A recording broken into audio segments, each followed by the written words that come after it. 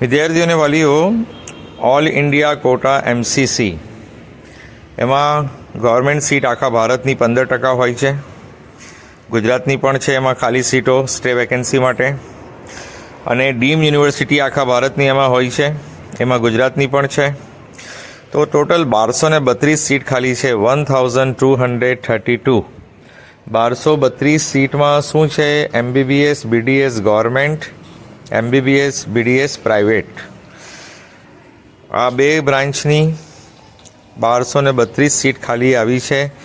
Choice feeling ચાલુ છે, તો તમે ચોઇસ કરી શકો છો.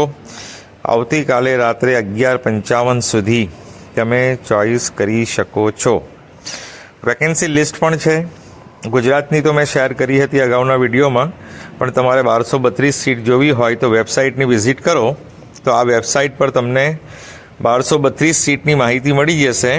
કયા સ્ટેટમાં, કઈ કેટેગરીમાં કઈ સીટ ખાલી છે, MBBSની ખાલી છે, ડેન્ટલની ખાલી છે, એ માહિતી તમને મળી જશે. તે અનુસાર તમે ચોઇસ કરી શકો છો અને સ્ટે વેકેન્સીમાં ભાગ લઈ શકો છો. જો હમણાં સુધી તમને કોઈ જગ્યા એડમિશન મળ્યું ના હોય, તમારા હાથમાં કોઈ પણ કન્ફર્મ સીટ ના હોય, MBBS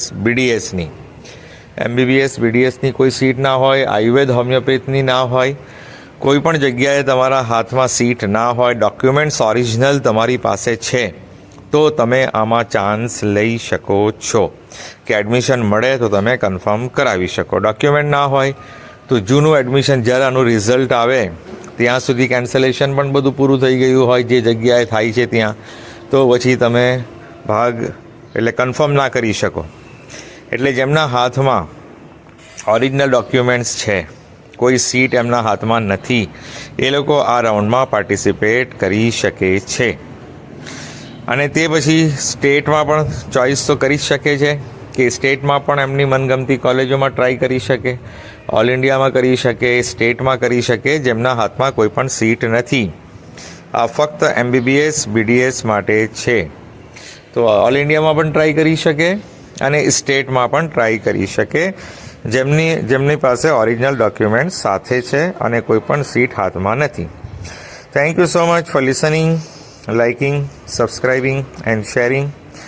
વિડીયોને લાઇક કરવાનું ભૂલતા નહીં, શેર કરવાનું ભૂલતા નહીં, નોટિફિકેશન ઓન રાખજો જેથી બધી માહિતી તમને સમયસર મળતી રહે. Thank you so much again four listening, liking, subscribing and sharing.